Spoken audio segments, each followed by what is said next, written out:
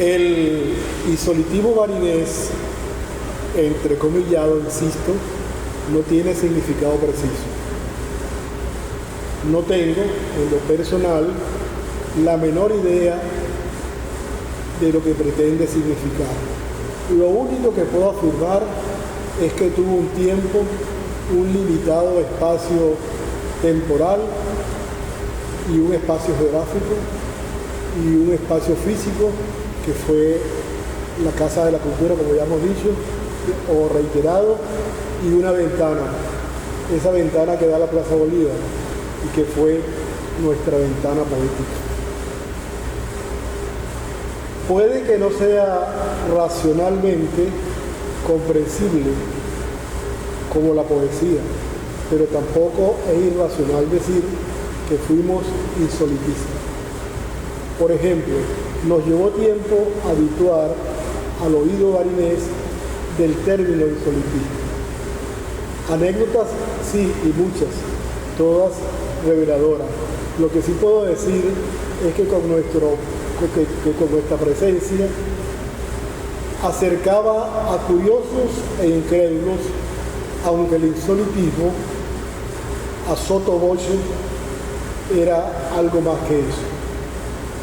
Era algo más que la presencia nuestra, era algo más que nuestras lecturas poéticas en la Plaza Bolívar, en el Liceo, en una fiesta, en la Pollera, en cualquier espacio de la ciudad. Se urdían cualquier tipo de comentarios, como lo apuntaba Livio, acerca de nosotros, de nuestra conducta, de nuestras acciones.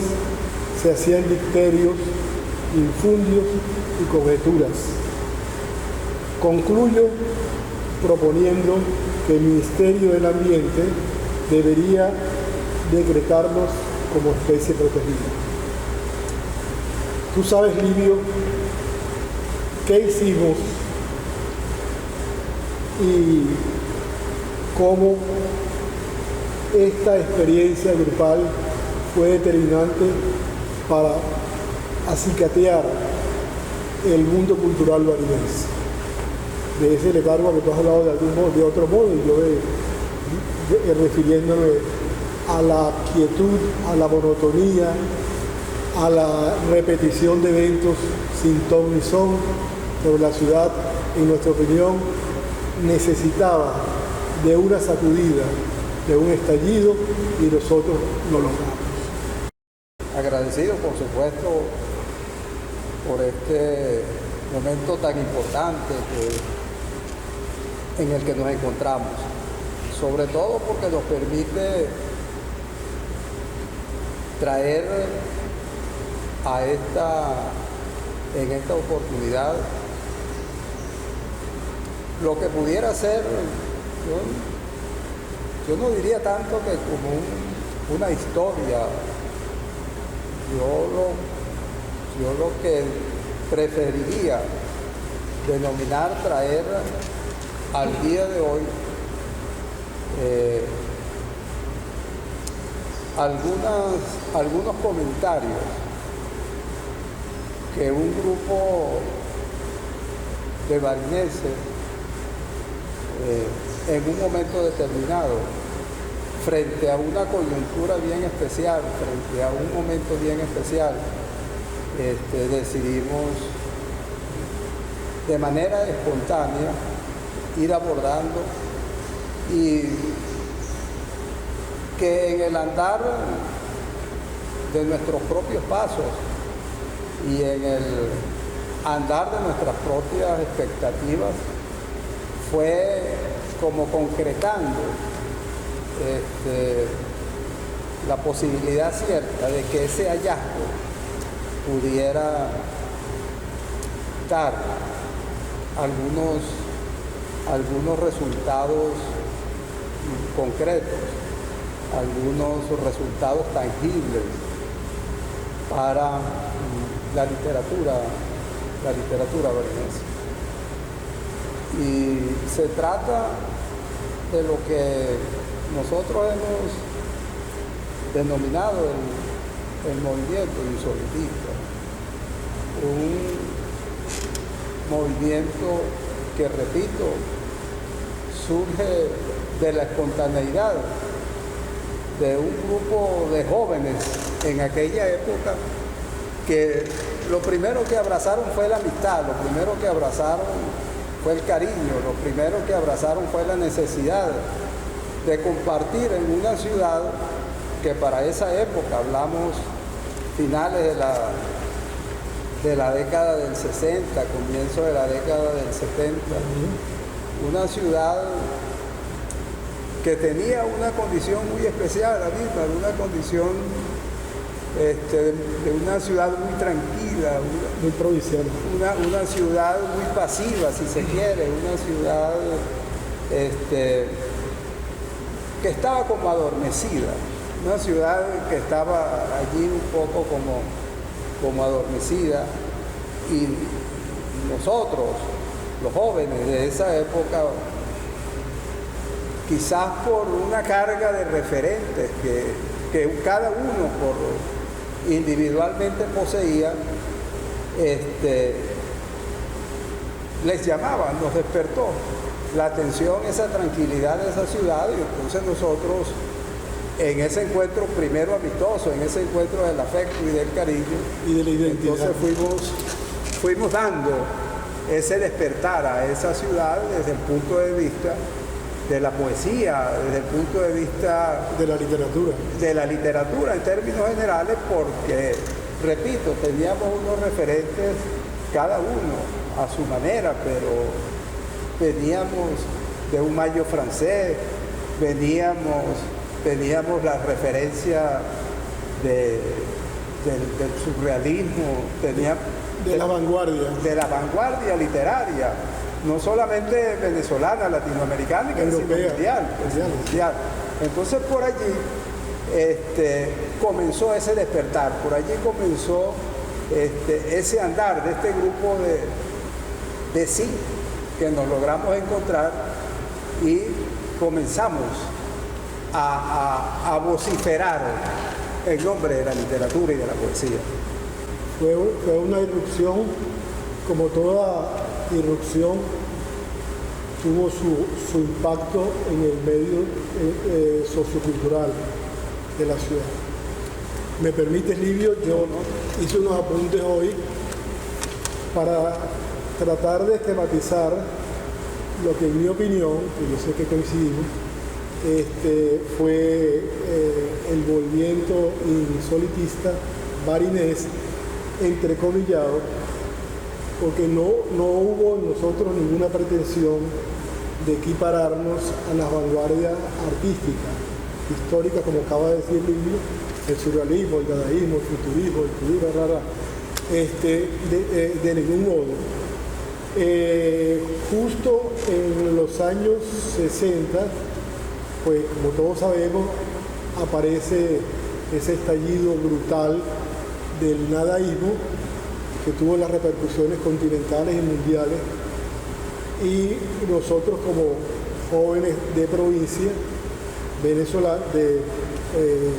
venezolanos, pues hasta aquí llegaron las ondas de ese extraordinario movimiento, que yo no dudo y no tengo reparo en reconocer que fue nuestra primera y gran influencia.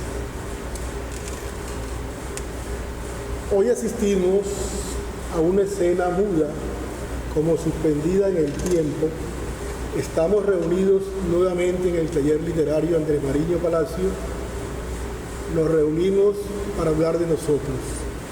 Hablo de Livio, Arnulfo Quintero López, Ángel Muñoz, Laurencio Zambrano, tangencialmente de Rodolfo Lozada, que nos acompañó. Alguien dijo por ahí que las cosas empiezan a existir cuando ocurren por segunda ocasión. Aunque a decir verdad, no nos hemos ido, siempre hemos estado aquí confundidos entre espejismos y apariciones, resquebrajándonos o reinventándonos. El espacio del taller ha sido nuestro espacio invisible, frágil y oculto, el lugar fijo de nuestra milagrosa permanencia, de nuestra imperturbable resistencia en la ciudad, como dijo Livio de algún modo, o en el mapa de Barinas, territorio siempre inseparable y delimitado y bien trazado en el papel de la poesía, el origen y devenir del insolitismo, nuestra identificación con la modernidad, más allá del aldeanismo de esos años, de la Barinas pacata y ñoña, esa misma que por momentos sentimos que nos asfixiaba, y de esa Barinas que hemos amado y que hemos aborrecido en nuestra juventud. Se diría que para hablar de nuestro grupo literario tenemos que remontarnos a los años 70.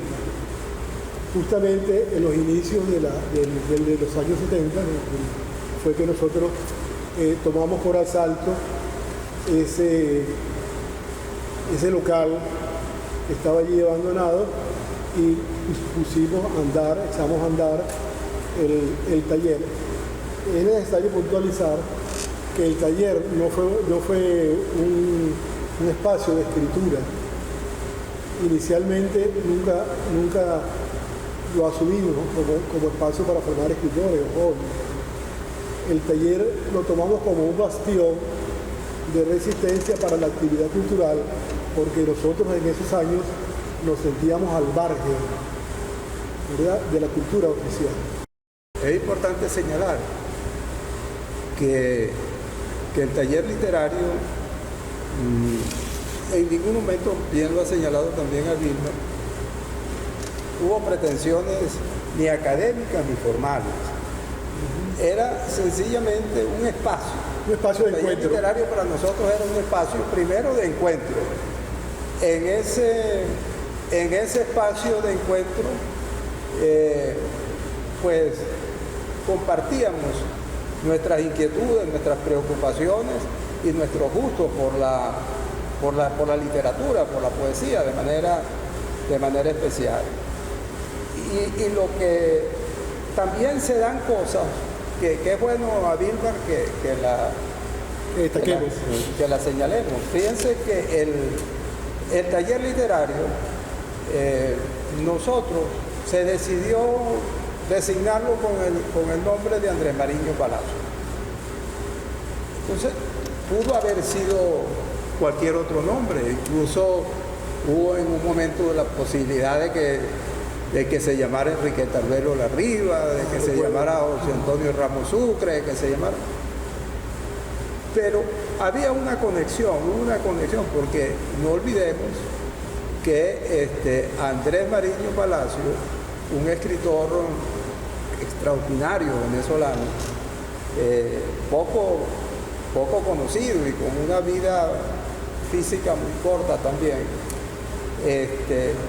fue un escritor que también él tuvo una visión de irreverencia frente a la ciudad, a eso que yo les decía al comienzo, a esa quietud. Había la necesidad de abrir caminos, de abrir trochas, de abrir pasadizos, donde se sintiera algo, donde ocurriera algo, donde la gente no solamente fuera en el ejercicio de la monotonía diaria, de levantarse, de ir a su sitio de trabajo, de cumplir con una jornada y regresar a sus respectivos hogares, a sus respectivas casas y asumir la historia como que si nada estuviese ocurriendo o como que si nada pudiese ocurrir.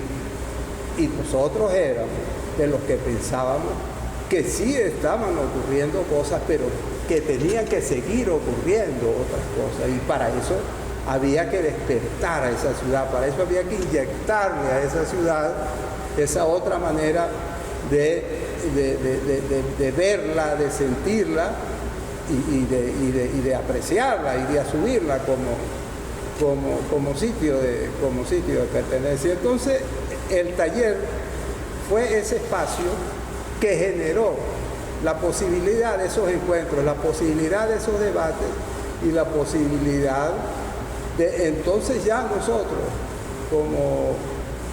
como grupo, ir, pero sin ninguna propuesta predeterminada, ir entregándole a la ciudad, ir bombardeando, si se quiere, y cabe el término, a la ciudad de la presencia de la poesía, de la presencia de la literatura, de la presencia del arte, porque también las Barinas de esa época, nuestra generación a Vilmar, y también eso es importante señalarlo, la generación poética que a nosotros nos anterior no fue la más reciente cronológicamente para con nosotros, porque nosotros fuimos amigos, por ejemplo, y compartimos con un poeta como el poeta Luis Fadul Hernández, que nos llevaba a nosotros 50 años de edad.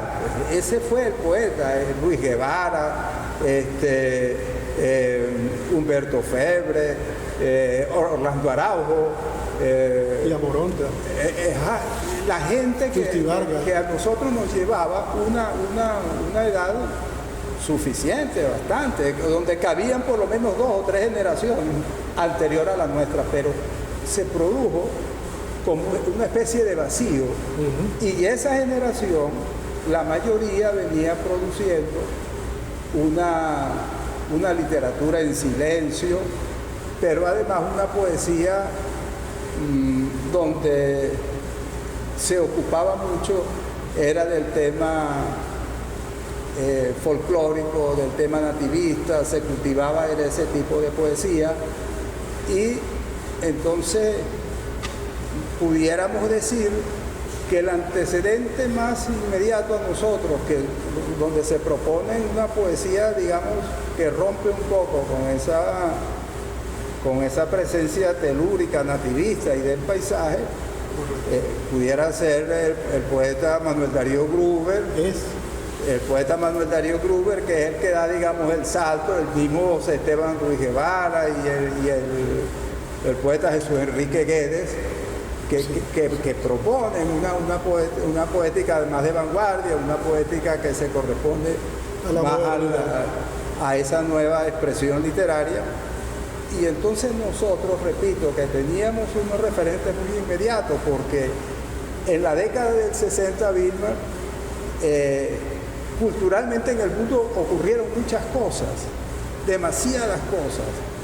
Y nosotros no fuimos ajenos a esos hechos. Entonces esos referentes inmediatamente a nosotros pues nos tocaron, nos impregnaron, y nosotros andábamos bañados, primero por la ilusión, primero por la pasión.